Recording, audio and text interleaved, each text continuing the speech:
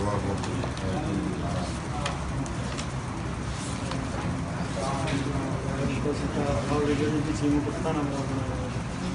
موږ نن د الارج ته راغلي یو. زموږ په پارچینار کې چې کوم ملګري زخمیان شوي په دې پارچینار په دې پیښه کې هغې ته پوسته راغلي وو.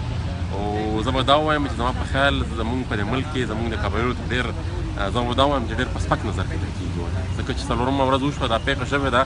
نو د سرکار طرف نه هېڅ قسمه داسې کومک دې سره نه ده شوی چې هغه داسې مونږ ویلو شي یا دلته یو زموږ څو وروڼه ودرېدل نو سرکار یې تپوس وکړو.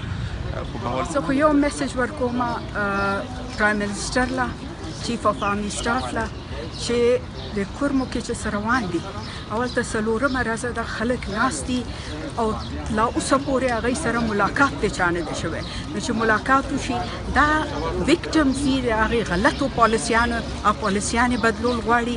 او زما په خیال پرایم منسټر دی اوس پوه شي چې کوم وعدې هغه کړي دي د فاټا خلکو سره چې هغه پوره شي.